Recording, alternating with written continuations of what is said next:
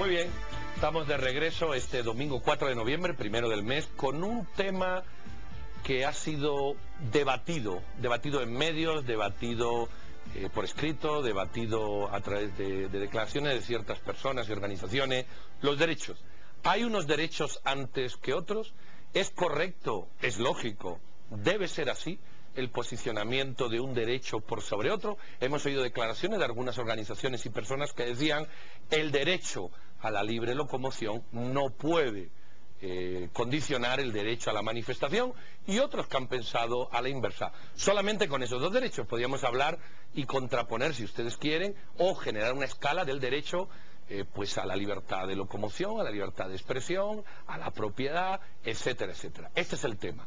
Prioridades. Deben de priorizarse los derechos, y para ello nada mejor que traer a un filósofo para que, valga la redundancia, nos filosofe sobre el tema. Hoy nos acompaña Julio César de León Barbero, que es doctor en filosofía.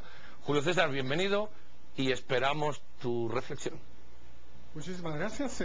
Buenas noches a mis anfitriones y buenas noches a la gente que nos sintoniza. Yo definiría un derecho como la capacidad, la potencia, digámoslo así, que tiene cualquier individuo para exigir que los demás se comporten de una determinada manera. Ahora, esto implica que esa conducta que esperamos de los demás es algo totalmente obligatorio. Por eso es que yo diría que en todos los países se está perfectamente de acuerdo con que detrás de ese reclamo exista todo un aparato de coerción y de fuerza para vigilar que precisamente todos nos comportemos de esa forma. Ahora, todo auténtico derecho implica una conducta de carácter negativo. Es decir, son cosas que yo no tengo que hacer, son conductas que no debo asumir. De modo que si tengo derecho a la propiedad, la obligación de todos los demás es no dañar lo que no les pertenece, no tomar por la fuerza lo que no es de ellos. Si tenemos derecho a la vida, pues la conducta de los demás debe ser de respeto a nuestra existencia, no suprimir la vida, no eliminarla. Si tenemos derecho a la libertad, pues hemos de comportarnos de tal manera que respetemos los planes de los demás, que no les impidamos lograr sus fines y sus metas. Ahora, ¿por qué la conducta es negativa? Bueno, en primer lugar es negativa porque en sociedad estamos en contacto y en convivencia con personas que no conocemos y que no tenemos por qué conocer. Pero en segundo lugar, es una conducta negativa porque no nos daña, es decir, no nos causa ningún daño, digámoslo así, el que se nos pida y se nos exija que no hagamos, que no nos conduzcamos, que no nos comportemos de esa particular manera. Ahora, en las circunstancias normales de la vida en sociedad, tampoco hay jerarquía entre esos derechos fundamentales que acabamos de mencionar, la vida, la libertad y la propiedad.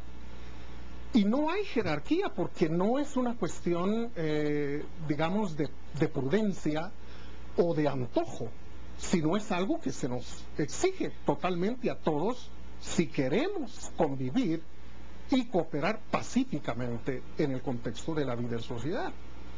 Ahora, hay momentos difíciles en la vida en los que uno tiene que optar por entregar las llaves del auto o salvar su vida frente al ladrón, pero en términos generales eso definitivamente no ocurre. Es decir, se nos exige que respetemos la vida, la propiedad y la libertad de los demás sin discusión alguna. Bueno, yo quería lanzar una pregunta a él y ya entramos.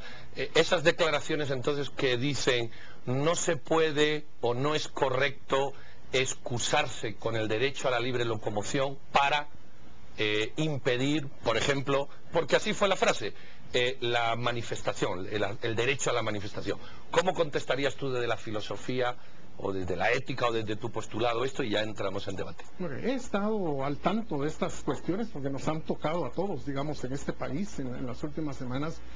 Yo creo que quienes han instalado esa aparente, como dijéramos, contradicción entre derechos, tienen confundido dos conceptos. Una cosa es el derecho y otra cosa son los intereses. Sí, por supuesto, puede que haya intereses más importantes que otros, pero precisamente para evitar que arbitrariamente alguien o algunos impongan sus intereses por encima de los demás, es que ha surgido el derecho como un sistema de normas para permitirnos lograr nuestros fines sin causarle daño a los demás. Muy bien, jóvenes. Yo creo que la discusión respecto a este tema tiene más que ver con el uso de la violencia que se demanda o el uso de la fuerza que se demanda del Estado para, por ejemplo, impedir ese tipo de manifestaciones. Y yo ahí sí tengo que decir que, entendiendo muy bien lo que nos dice el doctor de León Barbero respecto a el Estado idéntico de todos los derechos, digamos que no hay supremacía de uno sobre el otro, aunque yo creo que el de la vida, por supuesto, es el primero de todos.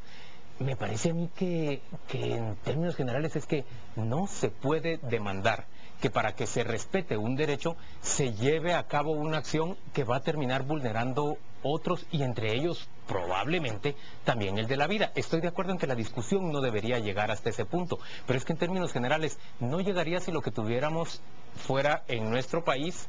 Lo hablamos el viernes respecto de San Marcos y vuelvo a hablarla ahora respecto de todo el territorio, un Estado de Derecho que verdaderamente se cumpla y se haga cumplir. Las personas no salen a manifestar porque de un día para otro se les dio la gana salir a manifestar. En realidad las personas pasan un terrible proceso de frustración, de demandas insatisfechas o de problemas que no encuentran resolución cuando deciden, bueno, vamos a frenar el derecho de locomoción de las personas que pasan por esta ruta. Yo tengo, me causa un poco de ruido la definición que sucede de derecho ahorita. Yo creería, yo no soy filósofo y entonces pido disculpas si voy a decir una tontería, pero yo creería que un derecho es como una condición inherente a las personas, más que la capacidad de exigir que esos derechos se cumplan, porque creo yo que las personas en China o en Cuba, donde no tienen derecho a decir su opinión, igual deberían tenerlo, o sea, su condición de persona les faculta para tener la libertad de pensar o de decir, o debería facultarles, ¿verdad? Y después tengo otro conflicto y tiene más bien que ver con cómo se organizan estos derechos en una sociedad civilizada. Y quien norma tiene que ser el cuerpo legislativo, las leyes que tenemos. También está el derecho natural, que con los derechos individuales casi que debería ser reconocido automáticamente, pero no todas las legislaciones lo hacen. Entonces, el derecho sí tiene normas, sí tiene prioridades y sí tiene jerarquías. Y entonces, ¿cómo se pone y cómo se ordena dentro de una estructura jurídica que sí reconoce las jerarquías y que las implementa, porque está el derecho constitucional y está los derechos que vienen para abajo?